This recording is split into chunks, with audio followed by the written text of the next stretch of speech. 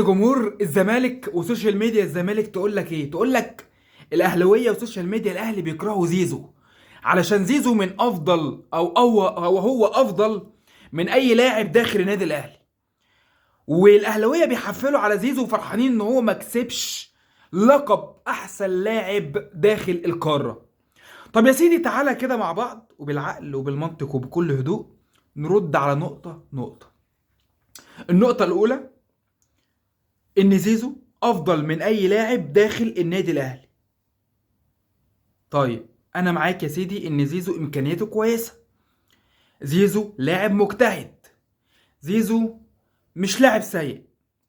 ولكن انا من وجهة نظري انا بقى يعني ملهاش علاقه، كده كده زيزو يعني مش مستنيين ان انا اتكلم عليه وحش او حلو علشان قيمته تعلى. كده كده زيزو يعني ربنا يكرمه، ولكن كوجهة نظر فنيه خاصه بيا انا، تتفق او تختلف معايا مفيش اي مشكله.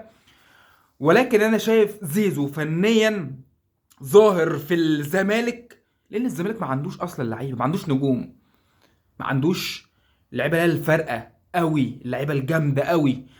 وده بتكلم في نقطه ان بعيد بقى عن ناصر ماهر واحمد حمدي، لان دول اكتر اتنين لعيبه انا بحبهم عموما. لكن باقي الفرقه لا، مفيش. فانت ما عندكش غير زيزو، ده اللي انت معتمد عليه. فالنجم عندك هو زيزو.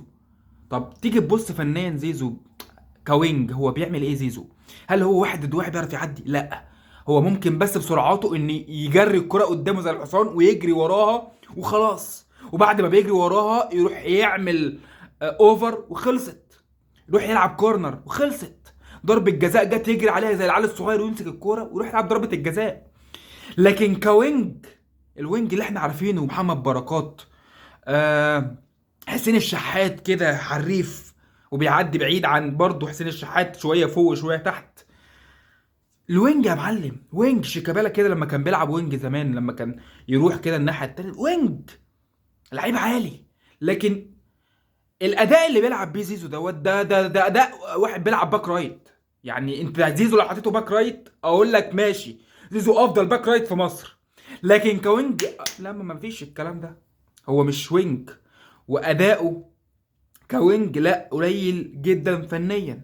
فانك تيجي تقارنه باي لاعب تاني، او تقارنه مثلا بلعيبه الاهلي تقول له هو احسن لاعب وافضل لاعب في مصر، طب امارة ايه يا معلم؟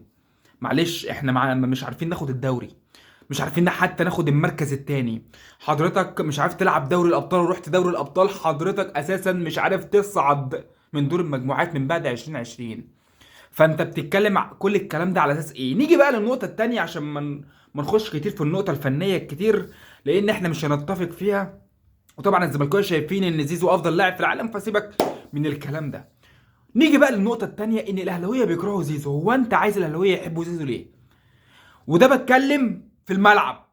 في الملعب الاهلاويه بيحبوا زيزو، بره الملعب، بره الملعب لو شافوه هيتصوروا معاه، لان زيزو محترم وعمره ما شتم الاهلي، بل بالعكس قال انا بحب جمهور الاهلي وبحب الاهلي. تخيل انت زيزو اللي انت بتحبه، وزيزو اللي انت أو انا مثلا لما اجي اتكلم او اي حد يتكلم على الاهلي شويه حلوين تخش تشتمني، رغم ان انت زيزو اللي انت بتدعمه طلع وقال لك انا بحب الاهلي، وطلع قال لك انا بحب جمهور الاهلي، بيتكلم على الاهلي حلو. ما شفتكش انت تروح تهاجم زيزو ليه؟ ولكن سيبك من الناس دي، العقليه التعبانه دي.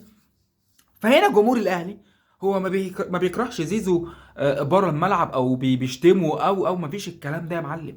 هو هجوم. ليه بقى يا معلم؟ لان ده المنافس، ده جمهور المنافس، طبيعي انه مش هيحب انه يدعم الفريق او لاعب لفريق الخصم. طبيعي.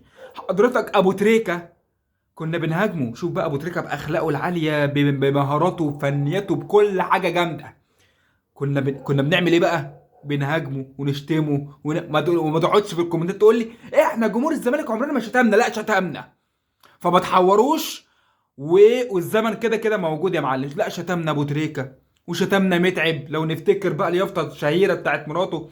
شتمنا متعب وشتمنا بركات وشتمنا وكل اللعيبه دي يا معلم عمرها اساسا ولا شتمتنا ولا غلطت في الزمالك ولا غلطت في جمهور الزمالك ولا اي حاجه. لكن انت مش عشان بتكره تريكا، انت علشان ده لاعب في الخصم فانت بتشتمه او بتحاول تشتت تركيزه مش اكتر. ده نفس الكلام اللي بيعمله جمهور الاهلي، رغم ان جمهور الاهلي ما بيشتمش زيزو.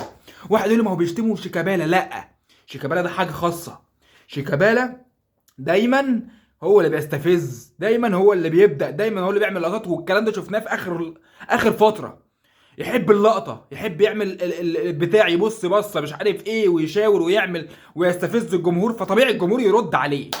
طبيعي الجمهور يرد عليه، زي مثلا كهربا ما بيعمل لقطه مش عارف ايه، فانت طبيعي بترد عليه. امام مش عارف ايه بترد عليه. بس فهو كهربا زي شيكابالا، هما الاتنين نسخه واحده لقطات. فما تجيبش دي زي دي، فهي دي القصه والحكايه والروايه من الاخر. جمهور الاهلي ما بيكرهش زيزو، ولكن بيحاول يشتته. خد داخل الملعب، خلصت. زي ما كنا بنعمل مع تريكا ومتعب ودول اصلا ما كانوش بيشتتوا تركيزهم خالص، بل بالعكس كانوا بيشتتوا تركيزنا احنا كجمهور. ولكن في النهايه هي دي يا معلم وجهه نظري، تتفق او تختلف معايا فمش مهم. انا قلت اللي يرضي ضميري واللي انا شايفه بعيني. فكك بقى من اهلي وزمالك، وان انا زملكاوي لازم اشتم الاهلي، ولازم ان انا اتكلم على الاهلي وحش، ولازم ان انا ادافع عن اي كلام باطل ملوش اي لازمه. لان دايما الحقيقه مره والحقيقه بتزعل، وكفايه عظمه لحد كده.